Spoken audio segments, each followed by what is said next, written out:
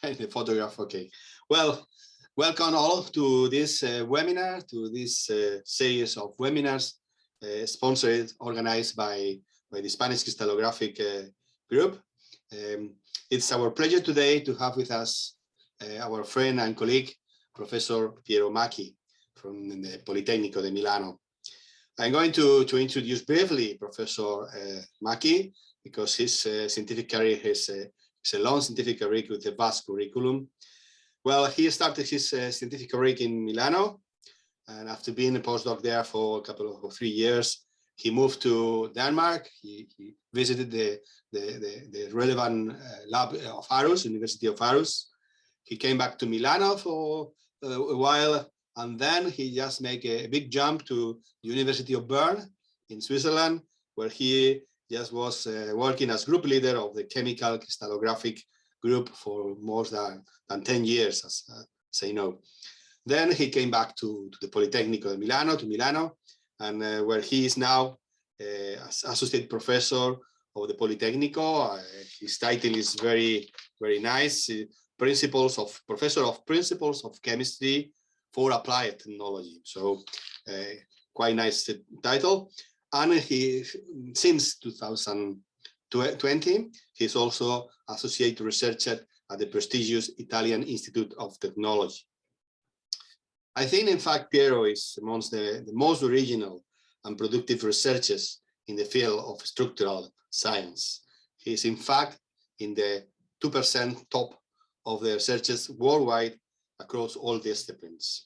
He has been working in two areas, quantum crystallography and extreme conditions crystallography. I'm going to talk only about the first topic, that is the topic he's going to talk.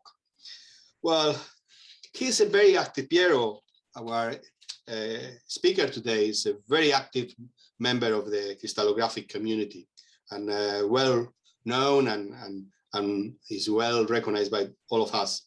He has been elected chair of the Gordon Research Conferences, in particular, the electron distribution and chemical bonding conferences. He was also chair of the special interest group of the European Crystallographic Association, the charge, spin, and momentum density interest group, and also of the analogous commission of the International Union of Crystallography. He has been very active member of the Italian and Swiss crystallographic associations, and Piero has been even the president of the Swiss one. Okay, Piero is one of the most influential researchers worldwide in the emerging field of quantum crystallography. That's the reason he has been invited to our webinar. He has been author of a series of very critical and pioneer papers in this area. He has been doing very detailed experimental analysis, just charge density analysis. He has been also extracting information for wave functions from very detailed experimental measurements. And he has been also responsible for introducing, in some aspects, quantum mechanical calculations into standard crystallographic refinements. Well, he is, in fact, father of one of the most used programs in the area, the XD program. We use this for, as you know, for multiple refinement of charge density studies. And also he is the father of the Polar Bear, the program to compute polar instabilities that we all use to understand our molecules. So I think that's enough to introduce our speaker. So thank you very much for taking our invitation to be here with us, Piero, and now the screen is yours. Thank you. Thank you, Fernando. It was very, very long. I think it's even longer than I expected. And thank you for the invitation. I think it's always very nice to see colleagues worldwide, and hopefully in the next few months we will also meet in person at the forthcoming events, like, for example, the European Crystallographic meeting in Versailles. And hopefully this webinar will only be used for the winter time when we cannot leave our universities and we have to stick to the teaching schedule, and of course we cannot move so much, but it will not be the standard any longer for the summer events.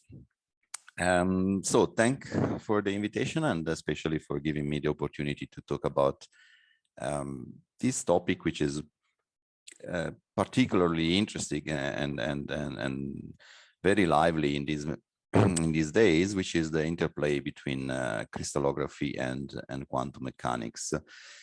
But I have to first of all say that this interplay is not at all modern.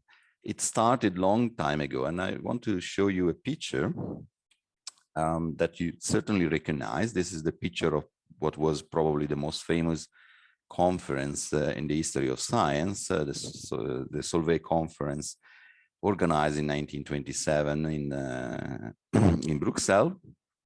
And you certainly recognize in the center of the picture Albert Einstein, and just a couple of seats on his right, you can see, you can recognize the only woman who attended that meeting, who was called at that time Madame Curie. We have, of course, changed a little bit the perspective, and now she's called with her not so easy to pronounce name, originally from Poland. And the rest of the group is, of course, made by very famous scientists. You can recognize their name here. I think there was the highest concentration ever of Nobel Prizes in a conference. And probably you may not know or not be aware that William Bragg attended this conference. And he actually gave even the introductory speech. And we will see in a short while the reason why he was invited and what was expected from him. But we can also see other scientists who are connected with crystallography, like Compton, I mean, known for the Compton scattering, that against which most of us fight every day.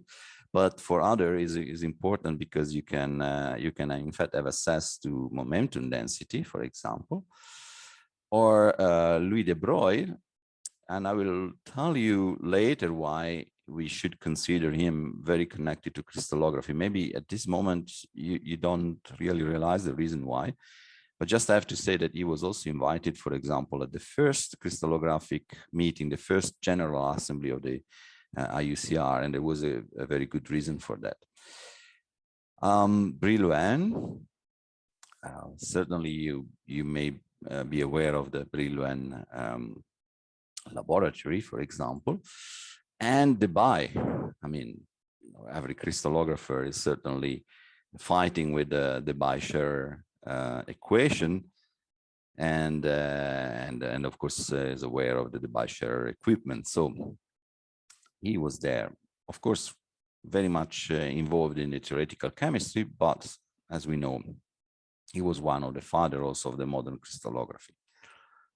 Now, this talk is basically divided in two parts, and probably some of you have already seen this talk, at least in part, in a previous lecture I gave at the Italian crystallographic meeting recently, but basically the topic was the same, and so I kept most of the talk. So I'm sorry for repeating maybe some parts, but I will, since here I have more time, I will also be a little bit more verbose in some aspects. So we will discuss about the historical background. So how did they arrive to that conference where so many crystallographers were invited, and that was so important for crystallography as well, not only for the quantum physics world. And then, of course, we will give an overview of the state of the art of the science in this field, with some examples, some modern example. Historical background. Here is a comparison between some developments occurred in the atomistic theory, of course, in the modern science. So we don't go back to the Greek philosophers who introduced even the word atom, but without having any connection, of course, with the modern perspective of atoms. Of course, we normally assign to John Dalton the honored to have introduced the modern concept of atom, although without any particular structure, so there was not really an understanding of what an atom is made of, until Thomson discovered the electrons and therefore started thinking about this connection between positive and negative charges with the so-called plumb padding model that for Italian is called the panettone model, because you have these electrons that are like the fruits inside the cake. Because at that time, of course, there was not the idea that actually an atom is mostly empty. Okay, so they thought that it is a continuous amount of matter, positively charged with these electrons which are inside, and they compensate the positive charge. Well, in the very same years, you of course know, because in crystallography everybody know that at the end of the 1800s, in 1896, Röntgen incidentally discovered the X-rays, and of course this was one of the most breakthrough discoveries in the history of science that gave birth to the entire physics of the X-rays. And especially important for crystallography was, of course, the diffraction of X-rays from crystals that turned completely the perspective of crystallography from the science that looks and describes the morphology, the external shape of the crystals, to the science that actually goes inside the crystal and see what they are made of and how they are connected, and what is the real structure at that anatomic level. Well, more or less contemporary to that, there was the first, let's call it, sensible model of an atom, thanks to the experiment by Rutherford and then the model by Bohr, where now we know that there are some particles which are charged in the center of the atom. Most of the atom is empty, and then there is electronic clouds, because electrons are lighter than protons and neutrons, and so they move more rapidly, and they basically orbit around the nucleus. We all know also that the first model introduced by Bohr was not correct. He had of course the virtue to having introduced a first connection with the quantum physics, because with the quantum hypothesis of Bohr and Sommerfeld, now it became obvious that electrons can only orbit with particular energies around the nuclei, and you can only have exchange of quantized, so discrete amount of energies if you want to move electrons from one orbit to another. But that model was not correct, because in fact we need something more, which came only later, thanks, as we will see, to the main hypothesis by de Broglie and then the work of Schrödinger. In the same time, Laue first, and then of course we know all the work by de Bragg, introduced the diffraction of X-rays from crystals. And it is very, very important, this statement by Debye, and once again, the guy who was also at the Solvay conference, who just a few years after the introduction of X-ray diffraction from crystals, and just a few years after the first quantum model of an atom, wrote this statement that he believed that thanks to the X-rays, it would have become possible to really describe how the electrons are distributed around the nuclei, and so to have a clear idea of the atomic electronic structure of atoms. This didn't really become true so quickly, because the work of Schrödinger was actually anticipating theoretically the solution, but the idea of Debye was that probably we can reach this solution even experimentally. And that was very, very important. And this is probably the first and most important connection between the crystallography and the quantum mechanics. And you can clearly see the timeline, it's coinciding, seamlessly coinciding. Now, other things that maybe you don't know. How do we know experimentally the atomic numbers? Well, of course, we know all the work of Mendeleev, and then we also know that thanks to Bohr, in fact, it was developed the idea of having quantum numbers, and so you have the atomic number. But how do we know that experimentally, and is that related to crystallography maybe? Yes, it is. We know from Moseley, who was a British scientist who died very young, as you can see from his short biography that I put here. He died actually during the First World War in a battle in Italy. But just before dying, he was able to analyze the spectra, the emission spectra of atoms, and correlate the frequencies with the atomic number, so that now we know the charge of the nuclei with this experiment, and then some parameters that, of course, complete this law. And how did we know that? The frequencies. Well, the frequencies of emission we know because of crystallography. In fact, it was basically using crystallography, crystals, to analyze the emission spectra of the atoms, of course, in the way that we also know nowadays as the angular dispersion energy mode, so that you analyze the X-ray produced by an atom in a target, which is more or less like a standard X-ray tube, and by analyzing the diffraction angles produced by that radiation, you can know what is the frequency of that radiation. Now, pay attention that this was not at all at that time so easy, because it was not exactly known on one end what was exactly the dimension of the lattices of the crystals that they were measuring. We are talking about the very first year after the first X-ray diffraction experiment, with which we could know, at least approximately, and only for some crystals, what was the unit cell dimension. So just to give an idea how advanced was this method at that time.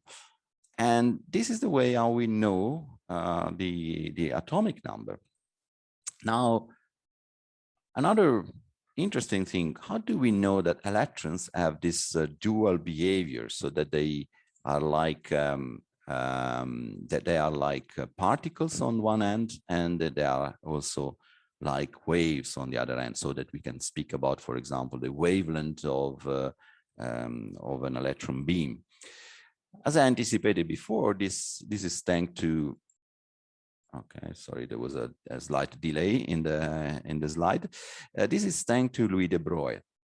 He was a very shy crystallographer in a way, because when he was invited then to attend to the first IUCR meeting in 1940 something, I don't remember exactly the date, he was basically saying, I'm not a crystallographer because I know very little.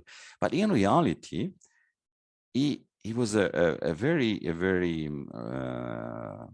good crystallographer, and he knew exactly that it was thanks to the diffraction that one could prove the wave nature of electrons, which is the fundamental hypothesis underneath the wave mechanics of Schrödinger that enable, of course, the development of this famous Schrödinger equation. And how did he do that? Basically, see what he wrote in this Nobel lecture. He said, we know that we can see this phenomenon of diffraction of X-rays from crystal because we know that X-rays are waves. Now, if we could see the very same phenomenon with electrons, we could prove that electrons are also waves. And this was, in fact, the way in which it was produced, the hypothesis that electrons have a double behavior. They are like corpuscles and they are like waves. And there again, once again, this was done thanks to the crystallography. And now we go to an interesting experiment done by Bragg. As I described before, in the first years of crystallography, the only atomic model was this planetary model by Bohr, that of course we know is wrong, because the orbits are not the way in which they were, of course, drawn, and because you can only assume that electrons are waves if you want to describe this model. Otherwise, all the electrons, if they were really particles, they would collapse on the nuclei. But anyway, the important thing was that one could imagine that electrons in an atom are distributed in shells, and so they would appear or pop up in particular region of the space. Probably few people know this work by Bragg that followed, of course, is very famous work on the determination of the crystal structure of sodium chloride. This is a long story also for sodium chloride that I will not go and discuss in details, but it's very, very funny the way in which it was not believed at the beginning that this was the structure of sodium chloride, because people expected, in fact, a molecule of sodium chloride, not an extended structure. But it's very important the way in which Bragg and James analyzed the diffraction data. Because basically they said, okay, we can partition somehow the space into different shells around each of the atoms in the structure. Of course, we have only sodium and chloride occupying the famous positions, of course, of this cubic phase center crystal. And then by partitioning the space, we may reconstruct the radial density distribution, something that we normally see on textbooks, this 4 pi r square times rho of r, which means the radial density distribution of a particular atom. And they came across with this picture that now it looks strange, but not that strange if you think about, because this is more or less the radial density distribution of an atom. Well, it's not fully correct, and I will show you in the next slide the reason why. Here we have in red the radial density distribution of sodium and then of chloride on your right, calculated from, let's say, the best theoretical model that you can obtain nowadays. In red, so the red surface indicate neutral atom, and instead the black dashes indicate sodium plus. Of course, there is a little difference in the radial distribution because in sodium plus, the outermost electron is lost, and therefore there is a little bit less electron density. And in blue here, you see the reconstruction of Bragg. Well, of course, you can say it's not correct, not quantitatively at least, but it's not that bad.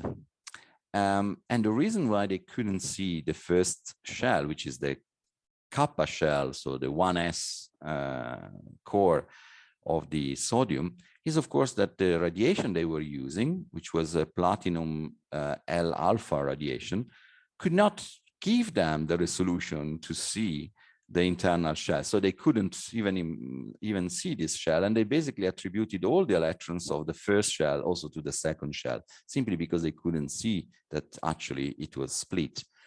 But this reconstruction of the radial density, and you see also for the chlorine, is not that bad. Again, it's mistaken here in the core region because the resolution was not good enough or not sufficient, of course, to resolve the kappa and the L shell of an atom, so the 1s and the 2s2p shell.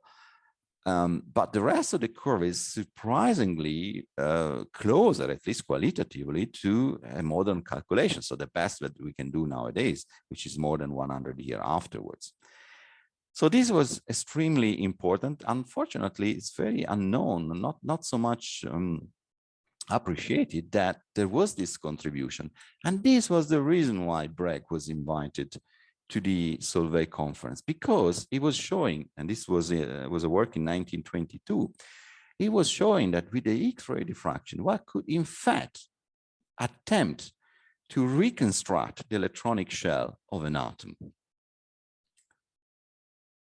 And here we have also a little bit the way in which he was working. So dividing the shell into different contribution, then calculating the form factor. Now, without any accurate model of the electron density distribution, the calculation of the form factor was extremely difficult. This is what we can do nowadays. And of course, we see nowadays how appropriate is the electronic shell and how they diffract so very precisely. So now this curve that I'm showing here comes from modern calculation. And it's very important also to realize that in order to see exactly the ionization state of an atom, that depends on, in this case, on the 3s electron of the sodium, it's very difficult because the outermost shell of an atom does contribute only to the very, very low diffraction angle. And so it's almost invisible. In particular, in sodium chloride,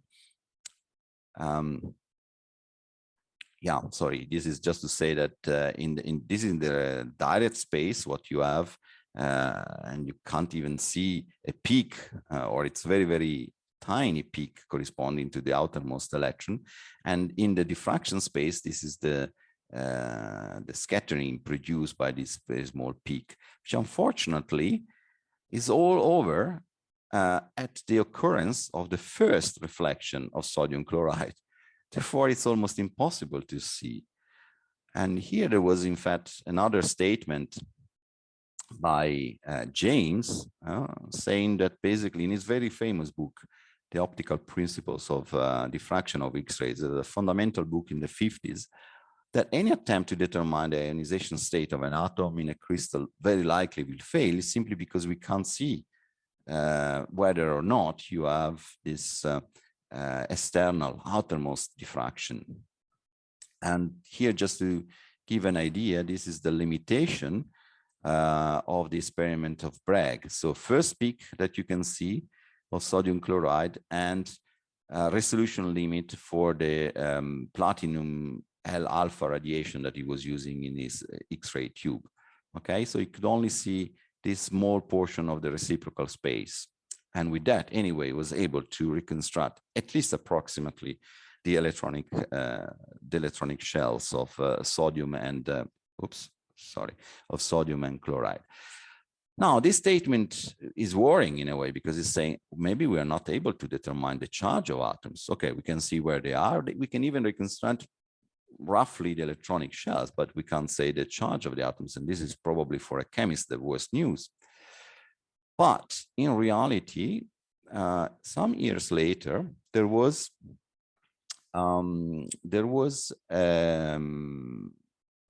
further studies on this, but I have to say many years after the work of Bragg, especially carried out by Dick Weiss, who was an extraordinary scientist working both with Bragg scattering and with Compton scattering, so elastic and inelastic scattering, in order to reconstruct on one end the electron density in position space, and on the other end the electron density in momentum space. One of his first work was the idea to try to determine the electronic structures of pure metals. And it picked up, as you can see from the title of this paper, a few metals like copper, nickel, cobalt, iron, or chromium. And the idea was, let's try to see if we can determine how many electrons are in the valence shell of these metals, so that we can reconstruct the electronic structure of the metals. Now, I have to say that this is an extraordinarily difficult task. Not only it was an extraordinarily difficult task at the time of Weiss, but it's still nowadays, and there is a huge discussion still ongoing on how this could be possible with high precision. And one of the main reasons is that crystals of these metals, I'm talking about very, very tiny crystals of pure metals that of course have very few diffraction spots because they are very small unit cells. They are extraordinarily affected by extinction, and therefore, especially at that time, there was not yet a model for curing the extinction problem. So extinction is, of course, the attenuation of the scattering due to the scattering produced by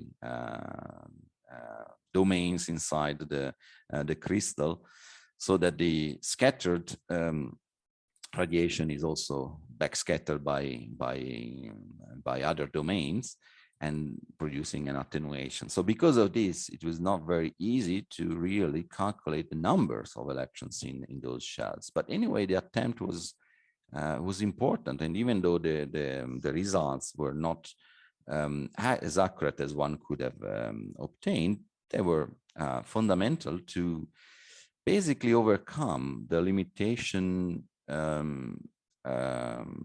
warned by James in his statement that we had in the previous slide.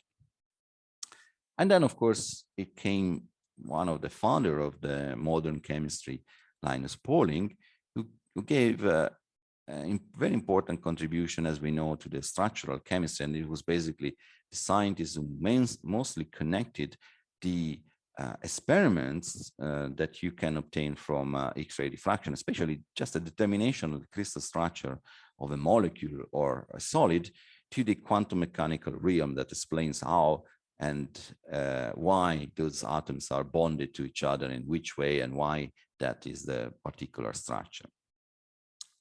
This statement is also very, very interesting, because he was saying that basically only a very small part of the contribution of quantum mechanics to chemistry has a very pure quantum mechanical character, because most of the time the solution of the Schrödinger equation is ignored, and we only pick up a few important pieces of information, like the geometry of a molecule or the bond connectivity, provided that basically the bond connectivity is a kind of reflection of this geometry itself. So we put bonds where atoms are at distances shorter than something.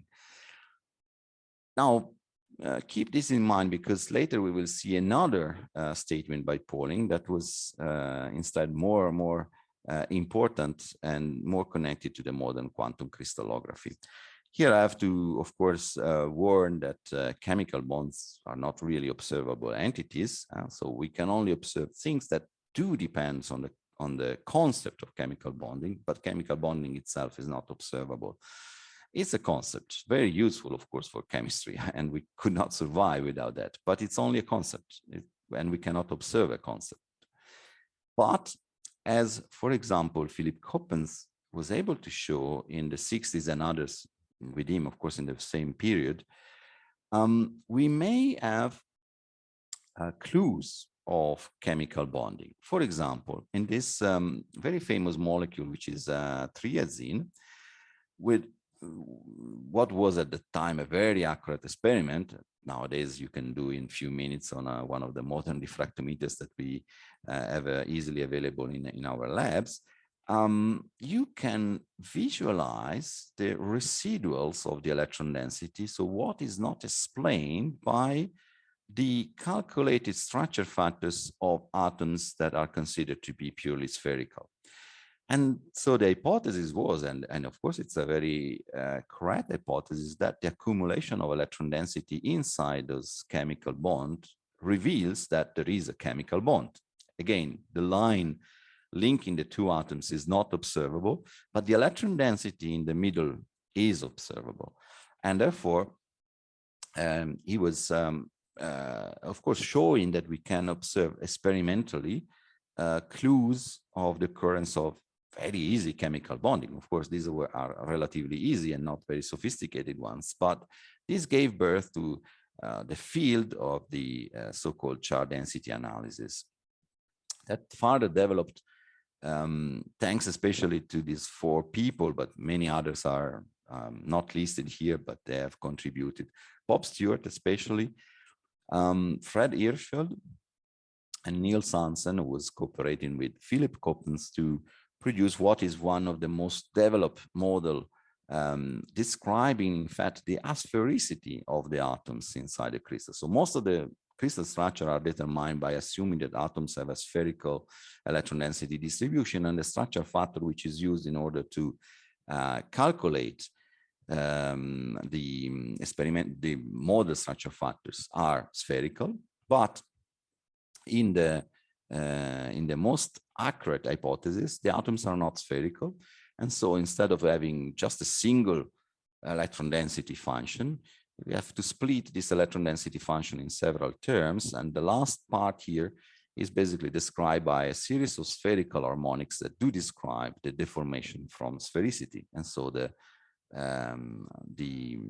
aspherical part of the atoms. With this, one could go a step farther with respect to Koppen's work. And I think one of the best examples was this paper published almost 30 years ago now by Riccardo Destra and Felicita Merati. And the title was fascinating, Bone Length and Beyond. And why was that so? Because it took this molecule, now pay attention to this molecule because we will see it later. Took this molecule, which is an annulene, but bridged with two carbonyl groups. So he was very interested in this series of annulines over the years, because there was discussion about the degree of aromaticity of these molecules.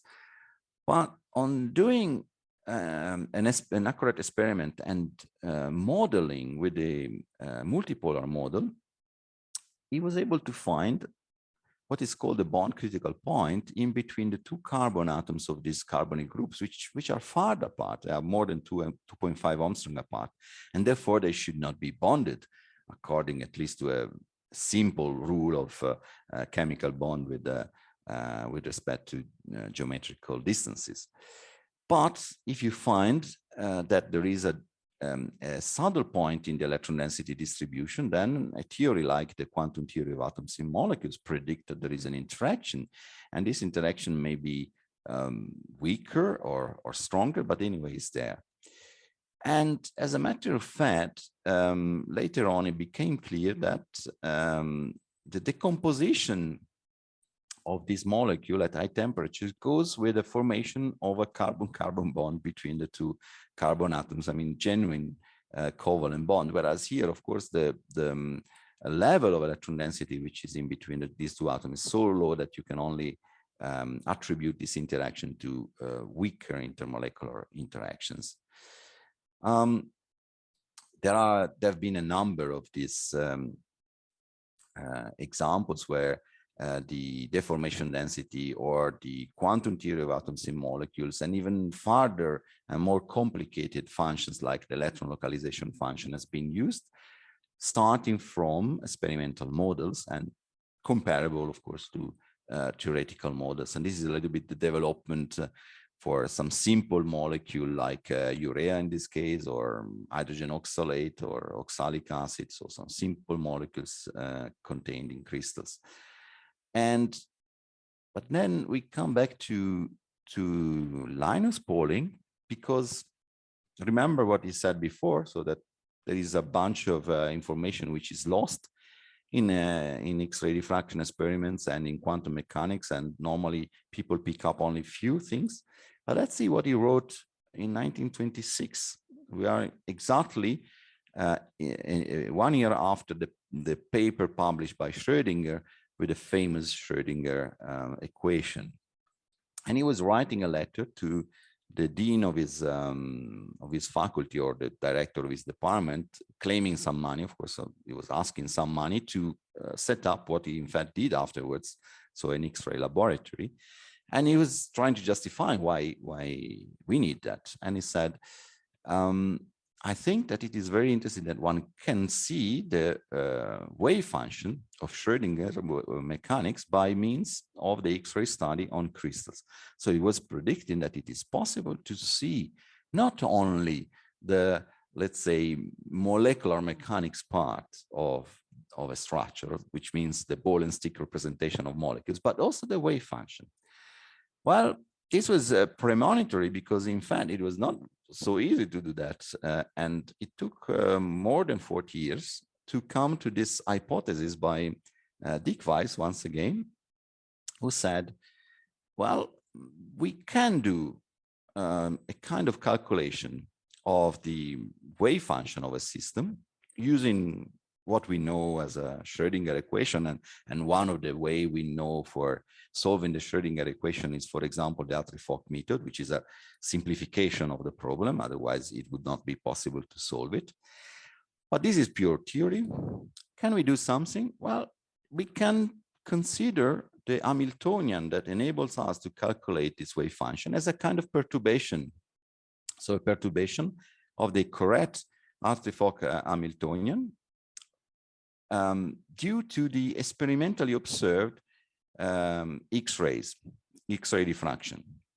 So in other words, we can say that this difference between the expectation from Hartree-Fock and what we really observe from the X-rays, which is a kind of error of the Hartree-Fock model, can be introduced as a perturbation in order to calculate a wave function, which is not only a theoretical wave function, but is somewhat fitted to experiments. Well, this was a nice idea, but it took another 30 years to become true. So only in the 90s, Dylan Yaya-Tilaka proposed a method to more or less do the same thing, although it's more complicated than that. But roughly speaking, is introducing a functional, which is on one hand composed of the classical theoretical Hamiltonian, plus a perturbation term that depends on the difference between the structure, the factor calculated from the model and the one observed from an X-ray experiment. So here he's using a chi-square function that we know from crystallography. It's very well known. The chi-square is the typical distribution of the differences between square functions. Simultaneously, other scientists like Gillet, Massa, and Clinton developed instead an idea to refine directly some coefficients of the density matrix against the X-ray diffraction experiment. So not with a perturbation theory, but just a direct refinement. Anyway, both kind of approaches can return an information about the wave function. And here I have to say also very important was the contribution of Bob Stewart, and before him of Barry Dawson, who introduced the so-called generalized scattering factor, which is something that one can calculate if you have an hypothesis on your wave function. For example, that the wave function is made of molecular orbitals, and the molecular orbitals are linear combinations of atomic orbitals. So here you have this, in this case, chi means the functions, and mu and nu are two different functions, perhaps centered on two different atoms. The product of them contribute to the electron density. Therefore, it contributes also to the Fourier transform of the electron density, which is the scattering factor.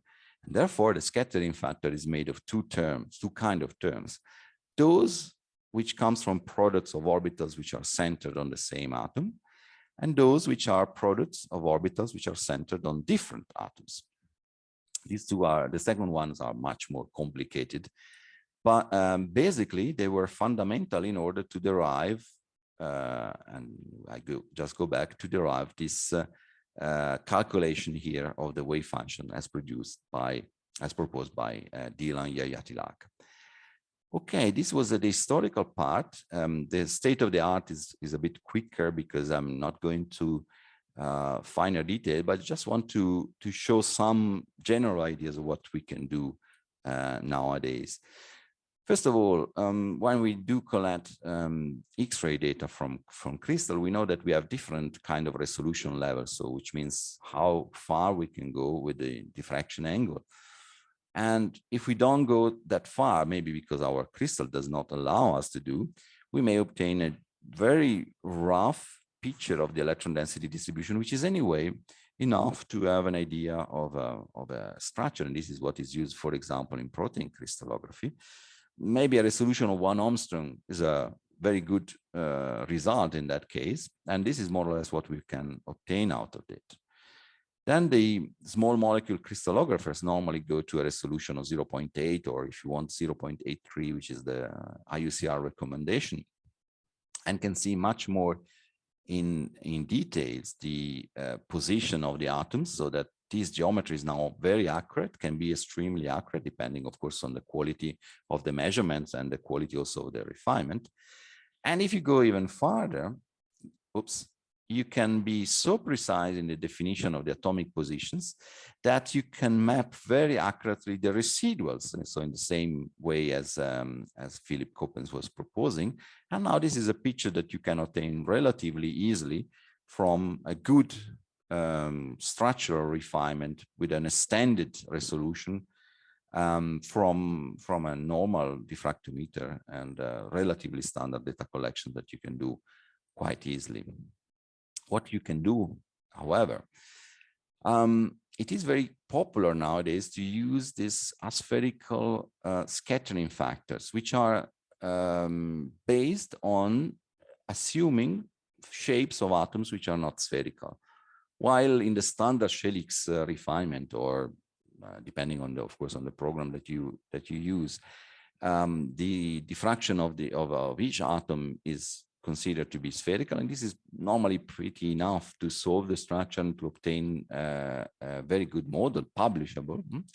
You can go farther and include the asphericity, which is due perhaps to the coordination around each atom, so the stereochemistry of the atom or the hybridization. And the pioneer here was Roy McQueenie, who is also very famous quantum chemist. He wrote one of the fundamental books in quantum chemistry, but he was also writing this series of 4 seminal papers in Acta Crystallographica, where he introduced basically the idea to derive atomic scattering factors depending on the hybridization state of the atom. So if you can write the hybridization state of the atom, and of course we are relatively able to write that for simple molecules because we know what are the hybridization states of the atoms, then we can obtain those scattering factors. More sophisticated is what has been published a couple of years ago and accompanying the Shell Excel software, but the idea is very similar. Also, there are a number of databases that I'm not going into the details, which are even more accurate because they select particular fragments from, for example, classes of molecules like amino acids, so constituents of the most important biomolecules. And so they are even finer because they do not only consider the hybridization state of the atom, but the particular environment, the chemical environment that is present in spatial classes of molecules. And so there are a number of data banks that have been proposed over the years, and they can be used to basically refine an aspherical atom model, which has the advantage, of course, of providing a more accurate molecular geometry. This is also now possible with this so-called Hirschfeld atom refinement, in which the electron density of an atom is partition based, the electron density distributions in a molecule due to atomic contribution is partitioned thanks to the Hirschfeld scheme, which is very simple because the Hirschfeld schemes start from taking the portion of electron density at a given point R produced by one atom as a spherical atom with respect to the entire molecule, again as a summation of spherical atom, but then multiplied to the correct electron density, so that what you obtain overall is an aspherical atom that has this shape, for example. And with this, you can also calculate structure factors and refine very accurately. In this case, even you can calculate those factors for the particular molecule that you are studying, and therefore it is very, very sensitive to the spatial environment that you have in that case. And so the molecular geometry can be even more accurate. One could go even farther, and instead of considering only the valence part of the aspherical formalism, one can also go into the core deformation.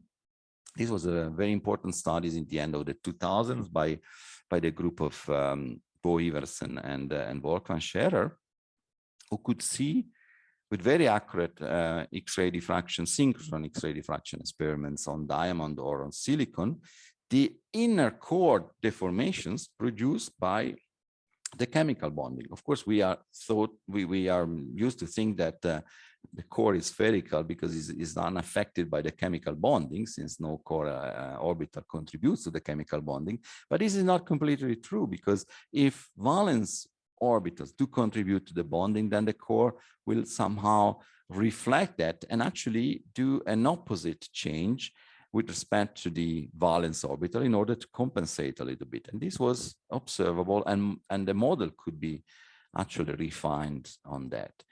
Or even very recent is the possibility to combine X-ray diffraction and polarized neutron diffraction in order to simultaneously refine, on one end, the spherical atomic electron densities, and on the other end, the spin density distribution. This is done in the group of Nancy, for example, by Maxime Dauch, Nicolas Clasier, and Beatrice Ion, and Mohamed Sossou, for example.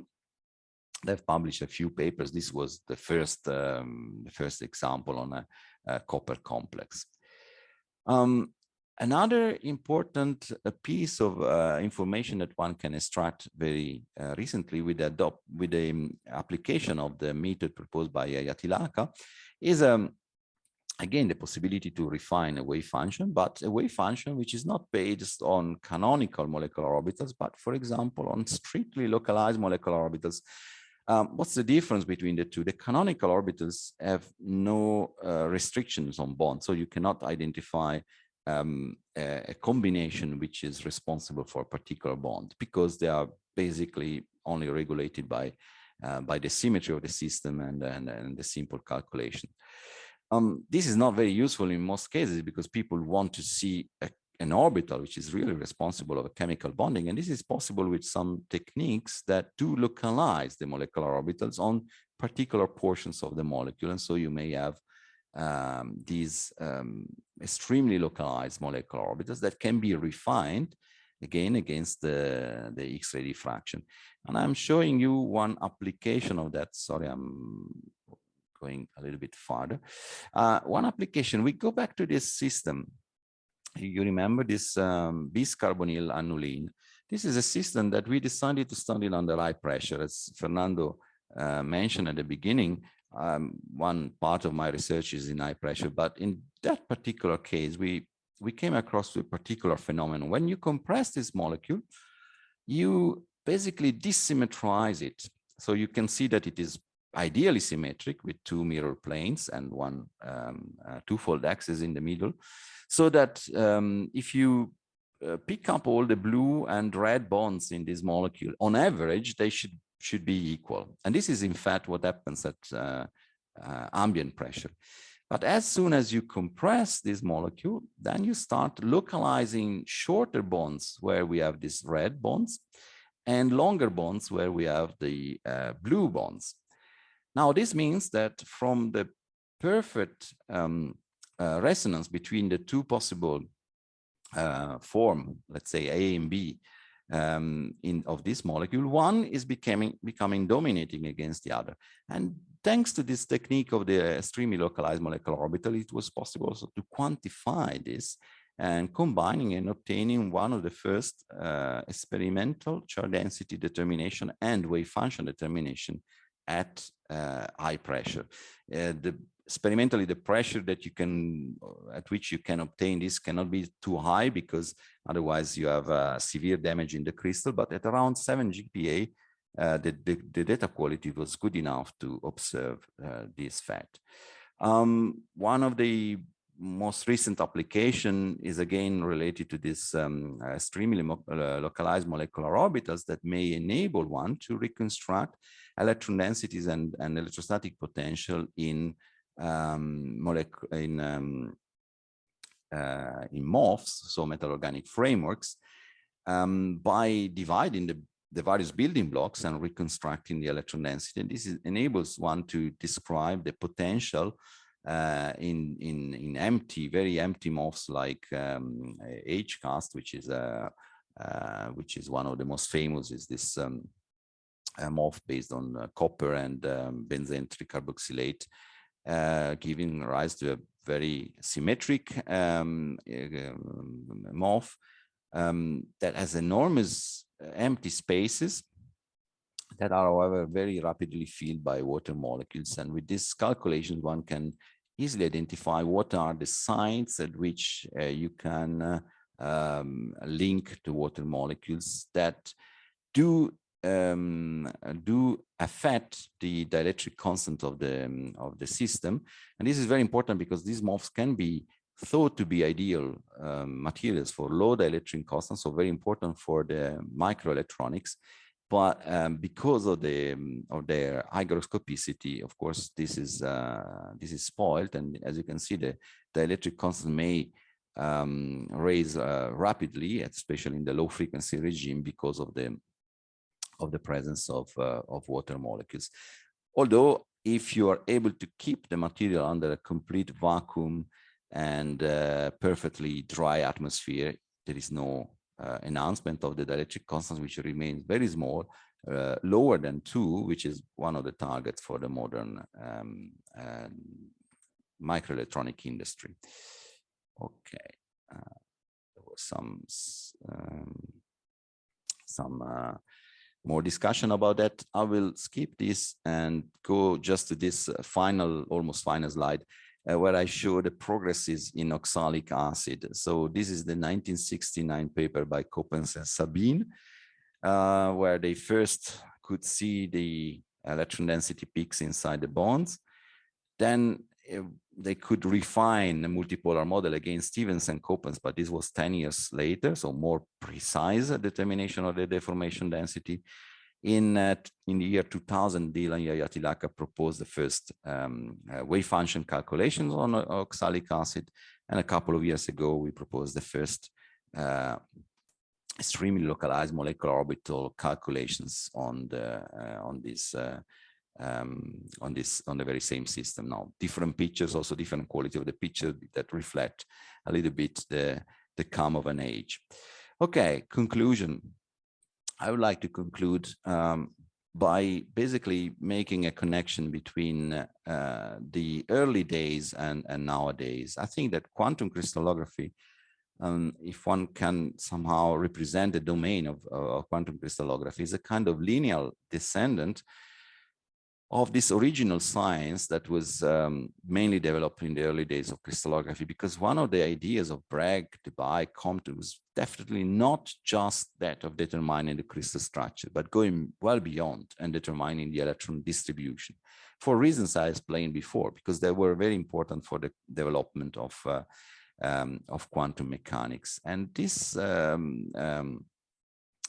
statement in the Nobel Prize lecture by Bragg, I think is very, very important, because he was basically dividing the crystallography already at that time, 1922, or actually 1915, although the Nobel Prize lecture was written in 1922.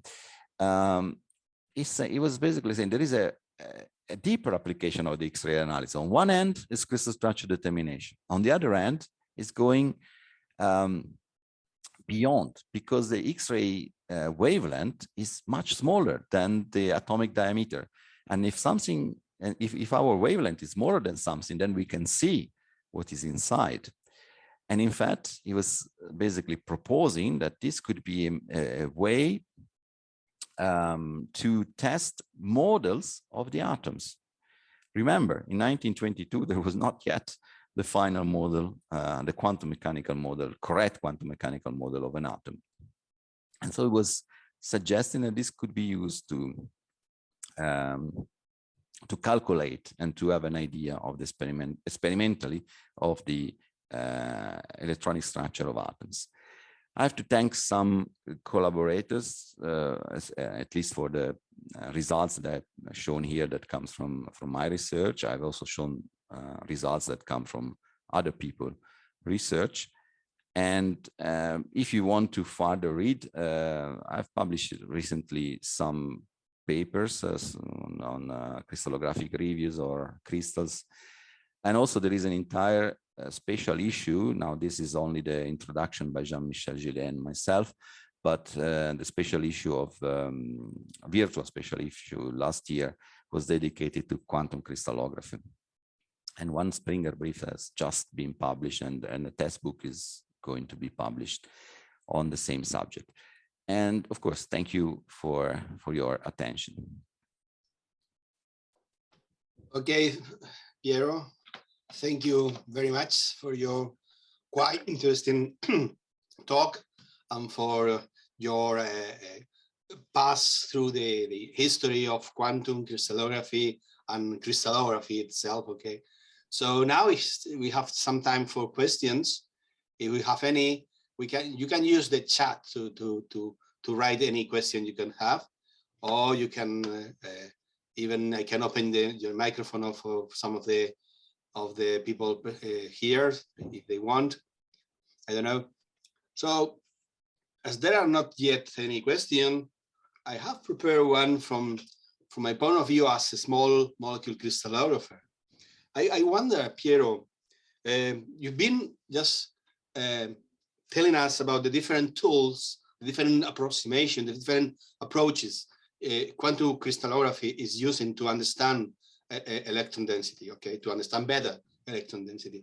I wonder which one of these tools, of these approaches, can be implemented in the future as standard technique to study the structure and to study the electron density in the way we just work today. Well, yeah, this is a very important point. You're right, because we have to say that most of those experiments that I've shown in the past can be done nowadays in few hours in laboratory with our modern equipment. So the information that we have available now is even superior to the information that they had at the time where they were doing those kind of studies. So why not using that? It should be used, in fact, because it's like if we collect a lot of data and then we use a little portion of it. So we could expand. Of course, there is one point which is standardization. So trying to have, because the standard way to solve and refine crystal structure with a Helix model, let's say, which is incorrect also to say that it is a model because of a program, but it's anyway the so-called independent atom model where atoms are spherical and so on. It's quite standardized. You have several software doing basically the same thing and providing the same information and giving the same kind of tools and so on, so that almost all small molecule crystallographers are able to do this kind of refinement and speak with each other the same language. Now, with those more sophisticated tools, instead, there is much less standardization, which is, of course, the sign that it is very advanced, but also a problem if you want to speak to each other and so to compare results. So one has to basically consider what could be more useful and more practical to adopt in each and every laboratory. So for example, the Hirschfeld atom refinement, in my view, is not adequate because it requires a quantum mechanical calculation that many crystallographers may not be able to really do. I'm not saying that they are not able to do because maybe it's pressing a button, but the main point is being really aware of what they are doing. Whereas the idea of having non-spherical pre-computed structure factors for atoms, it's something more easy to understand because I've shown you the example of hybridized atoms. Now, every crystallographer, of course, knows what is this sp3 hybridized carbon. And if we are using that particular structure factor, you know exactly what we are doing. Okay, you don't need to know how it was calculated. You just need to know what the program will do. So those kind of refinement, which are now being introduced both in Helix or in Olex with different approaches, but they may bring you to a very comparable level, and perhaps the standardization may be possible, so that basically one could really think about also constructing a data bank which is based on those more sophisticated refinement and collecting many more data, because if we restrict that only to the small community that does this kind of refinement normally, then it's a very few amount and then very small amount of data. But if you could really expand, then one could really obtain many more data. And so in this respect, I think the pre-calculated structure factor, spherical structure factors are probably the best solution. First of all, because the model refinement will not take much longer, which is also very important, because I mean, crystallographers are normally there on their keyboard saying, "Oh, I want the crystal structure," and they don't want to wait so much. Easy to understand, easy to export, and therefore information can be obtained. Of course, there could be a second level, but restricted to people who want to dedicate more time, which is of course going into a more advanced multipolar model, for example, or even wave function calculations, where you do really a modeling, take more time, of course, need to learn more about the technique, but of course also the degree of information which is obtained experimentally is higher, because you do not use pre-computed, but you really refine against experiment. Okay, thanks.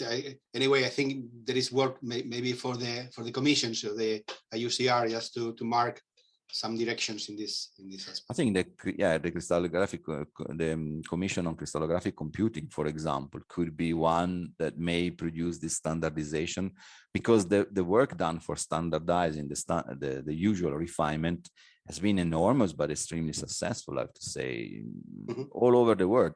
The advancement in data repository by crystallographers are taken as examples, because the work that has been done has been extremely clever and well done. Another point I would like to comment with you and to know your opinion is just taking in mind the phrase you mentioned of Bragg in one of the last slides.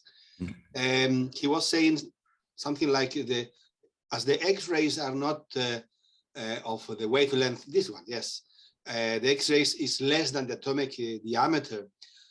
My question is, as we are going to use in the future electron diffraction, can we just perhaps get more detail into the wave functions and into the electron density with this sort of measurements?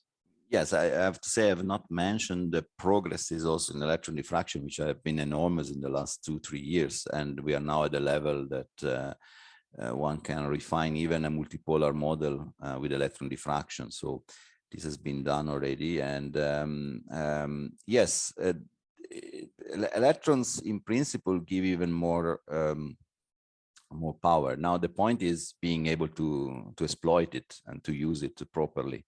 But I'm confident that maybe in the next 20 years, there will be more and more data collected with electron diffraction that will just probably other than even overwhelm the X-ray data. So it's but it's the status of electron diffraction nowadays is the same that was for X-ray diffractions a few decades ago. So yeah. Okay.